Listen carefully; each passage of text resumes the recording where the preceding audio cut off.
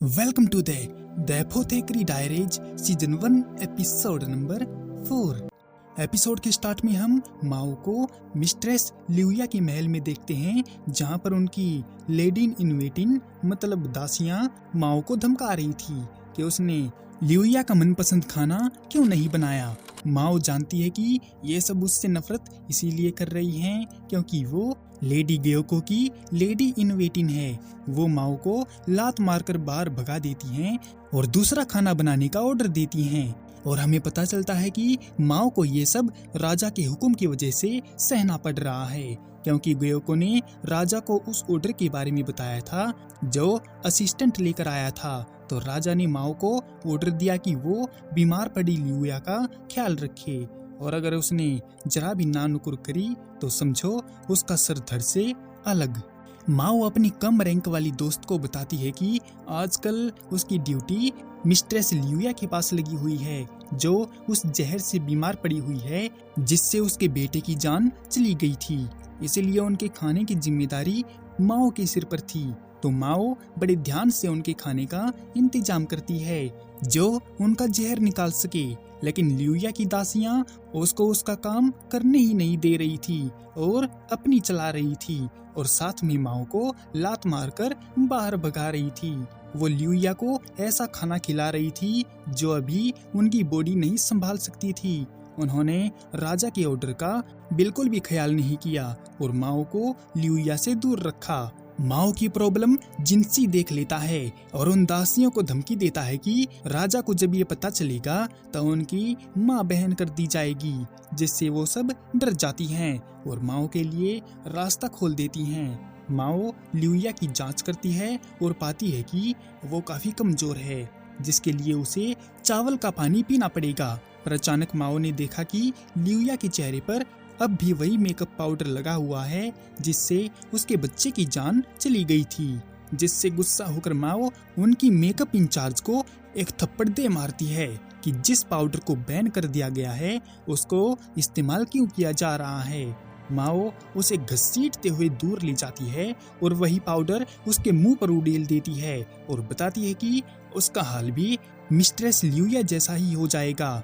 वो लड़की रोते हुए अपनी गलती की माफी मांगती है तो माओ उस पाउडर को साफ करवा देती है और बाकी दासियों पर हुक्म चलाकर उस पाउडर का नामो निशान मिटवा देती है। और जिनसी माओ के इस रोबाना रूप से हैरान था।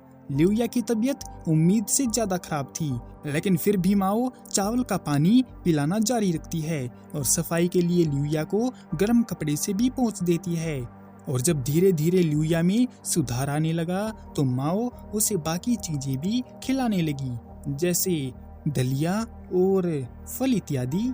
जबकि जहर का इस्तेमाल करने पर दासी और जहर ढूंढने वाले किन्नर को सजा मिलती है। फिर जब माओ कपड़े सुखा रही थी तो जिनसी उसके लिए मोमो ले आता है जो माओ को पसंद है, और जिनसी एक स्ट्रक्चर खड़ा करवाने लगता है जो किसी जश्न का हिस्सा है। और जब माओ लियुया के पास बैठी थी तो वो माओ को उसे उसके हाल पर छोड़ देने को कहती है, मगर माओ नहीं मानती क्योंकि उसे जिंदा रहना है और ये राजा का हुक्म है।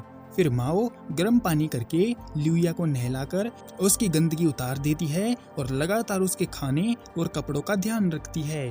और कुछ दिन बाद माओ को वही मेकअप वाली दासी मिलती है जिसकी सजा पूरी हो जाती है और उसे फिर से लियुया का ध्यान रखने का ऑर्डर मिलता है, जिससे माओ को सांस लेने का मौका मिल जाता है क्योंकि वो काफी दिन से लगी हुई थी।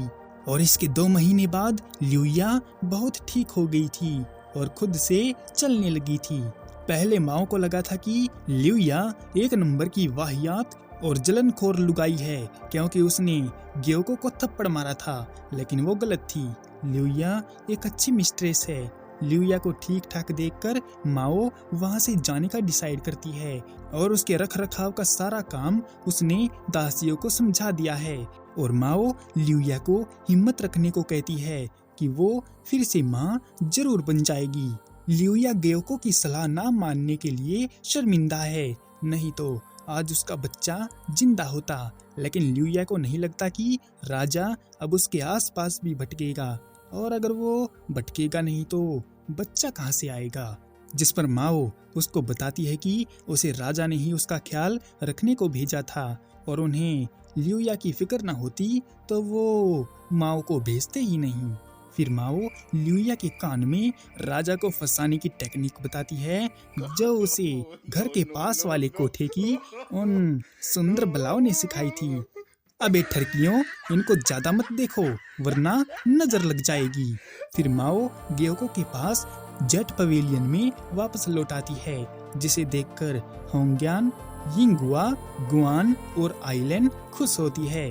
और कहीं किसी जगह पर कुछ ऑफिसर आग में कुछ लकड़ियां डालते हैं जिनसे उनके हाथ जल जाते हैं और उन्हें लगता है कि ये कोई कर्स है।